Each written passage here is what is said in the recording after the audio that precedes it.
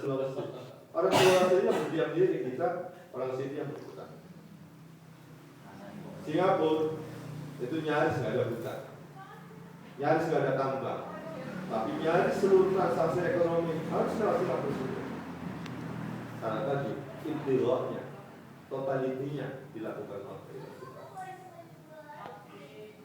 Siapa yang bisa membuka kunci password rezeki tadi, maka dia layak memperoleh kemenangan. Nah, kadang kita terbangun oleh caranya kita sendiri, dan sadar atau tidak juga kadang kita menyimpan diri sendiri loh. Di mana pak? Lah duit deh. Ayo beli. Ayo belakang duit deh. Jadi janganlah sekali-kali kita mendahului kehendak Allah. Bergeraknya saja belum, tetapi seakan-akan nyaris dalam pikiran kita bahwa kita sudah mengetahui persis seperti apa.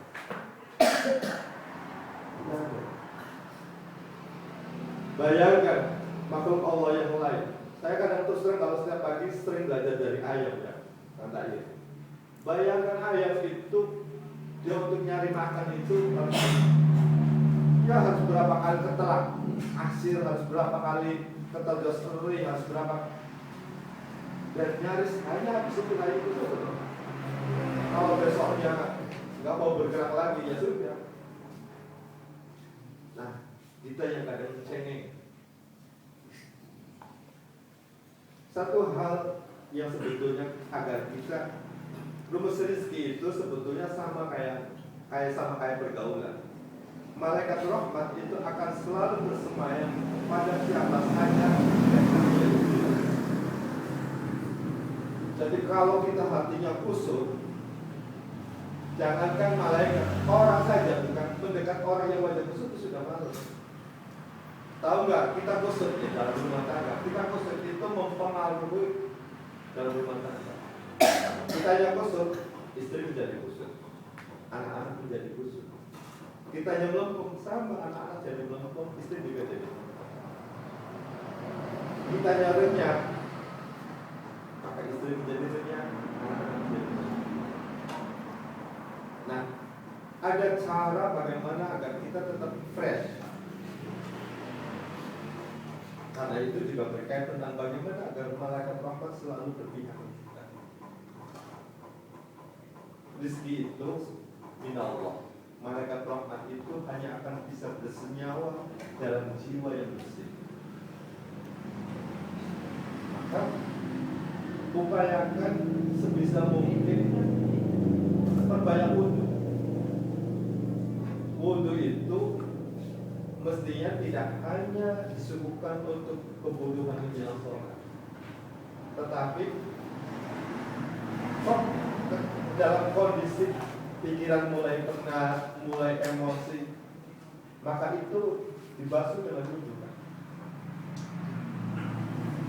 Efek wudu itu tadi sebetulnya memberikan keceriaan. Kalau kita yang ceria, maka orang mau mendekat ke kita. Kalau orang mau mendekat ke kita, peluang rezeki akan semakin terbuka ke kita. Tapi kalau kita yang kusut, maka orang akan menjauh. Kalau orang akan menjauh, maka potensi rezeki pun akan menjauh. Maka di bisnis modern, coba saja SPG nggak ada yang wajahnya khusus, nggak ada. Selalu wajahnya sedikit. Nah malam ini, setiap malam akad sebetulnya itu di fresh. Kita tuh di upgrade freshnya. Maka didesain memang tidak seserius mungkin itu agar kita pulang dengan ceria. Karena tadi kalau kita kusutkan, potensi rezeki akan semakin. Jadi sudah saatnya, apalagi ini Syawal ya. Kalau memulai bisnis, memulai usaha itu bagus. Sudah yang sudah. Tapi saya sarankan, coba aja lah seminggu ini. Seminggu ini tuh perbanyak wudu dan perbanyak baca alhamdulillah. Pokoknya dalam momen apa aja ingat alhamdulillah. Coba kita rasakan kondisi kejiwaan selama seminggu ini. Dan coba juga kita rasakan peluang-peluang rezeki yang ada. Kalau istilah beban kehidupan anak, kita malam ini saya mau belajar dari Kang Haji Jainuddin. Kang Haji Jainuddin itu anaknya 11 bulan. Ya. 10 kan? 10 kan?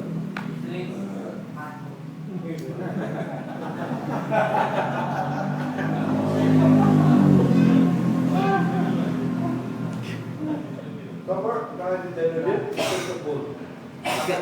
Istri satu.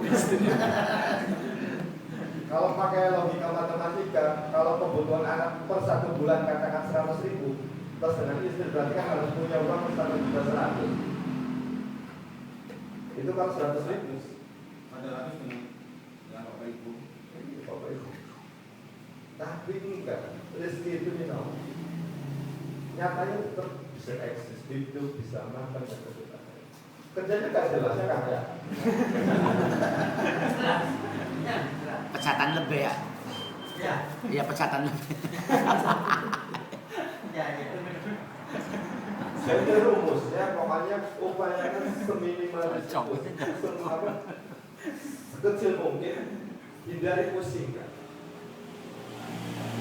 Efek pusing itu jangan salah, efek pusing itu tidak hanya berkaitan tentang kondisi kejiwaan, tapi efek pusing itu mengganggu juga di relasi sosial, mengganggu juga di relasi ekonomi, mengganggu juga relasi dengan Tuhan. Ibadah, sholat dengan pusing akan sangat berbeda. Maka disitulah sebetulnya Al-Quran la takhafu wa la tahzanu. Hidup itu mestinya jangan pusing, jangan galau. Siapa sih yang pusing dan galau? Nah, maka tadi sudah saatnya apapun yang kita hadapi maknailah sebagai uji kerenyahan. Ujian jangan dimaknai sebagai beban. Kalau itu dia dimaknai sebagai beban, pastilah yang akan ada pusing. Wah, kalau ngomong sih gampang. Enggak, berlatih.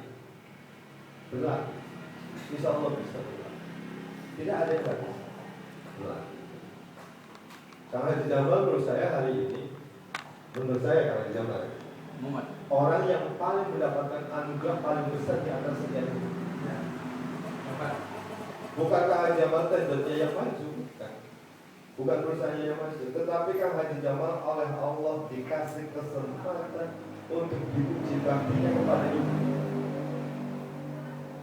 Ibunya hari ini kondisinya lagi sakit. Disitulah oleh Allah Kang Haji Jamal dikasih ruang, kasih kesempatan. Ini loh jalan surga. Makanya kenapa di hadis al-jannatu tahta aqdamil ummahat, bahwa surga itu berada di telapak kaki itu. Dulu saya nggak dong ya, masa sih ada surga? Ini bahasa Balau, artinya bahwa telapak itu sangat dekat sekali dengan tanah, nyaris nggak ada batas. Nah, kemuliaan anak itu sangat bergantung bagaimana cara dia dengan kita.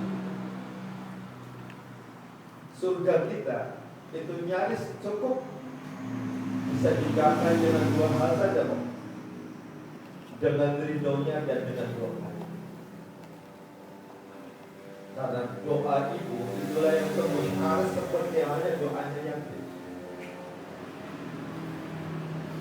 Nah, karena Jamal sekali mungkin waktunya waqi'ah akhirnya nggak bisa tetapi kemuliaannya melebihi. Kemuliaannya paling penting. Karena tadi kita kadang nggak semuanya dikasih kesempatan, dikasih ruang untuk bakti sama orang tua. Bersyukurlah orang yang hari ini dikasih kesempatan seluas-luasnya untuk bisa membaktikan diri terhadap orang tua. Karena itu jalan mulianya, karena itu jalan surganya. Saya belum pernah melihat ada orang mulia karena dia tidak pernah muliakan. Belum pernah lihat. Makanya saya bilang kenapa Kang Haji Jamal mendapat anugerah yang paling besar? Karena Kang Haji Jamal sedang dikasih kesempatan untuk mendedikasikan dirinya, mengabdikan dirinya sama Tuhan. Sekalipun pengabdian kita tidak akan pernah bisa menyamaikan. Oh, nggak ada sepupu yang juga. Kira-kira itu saja hari ini. Kerupuk adalah cerminan kita. Kadang kita teriak, kadang kita juga berdoa. Kalau kita terus berdiam diri,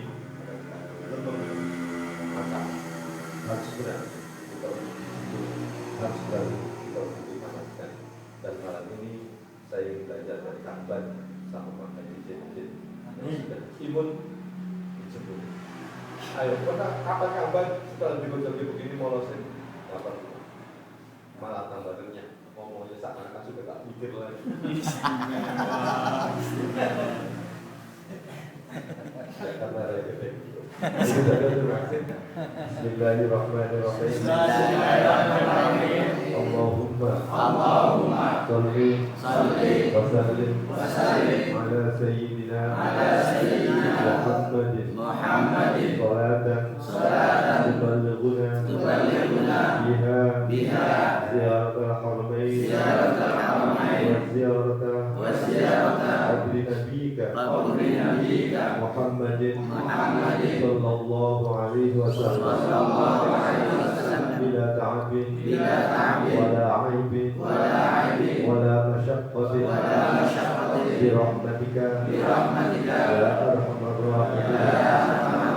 Allahumma rzuqna wa iyyahu hajja baitikal haram wa ziyarata qabri nabiyyika Muhammadin sallallahu alaihi wasallam bila ta'abin wala aibin wala masyaqqatin birahmatika ya arhamar rahimin. Allahumma yassir wala tu'assir yassir lana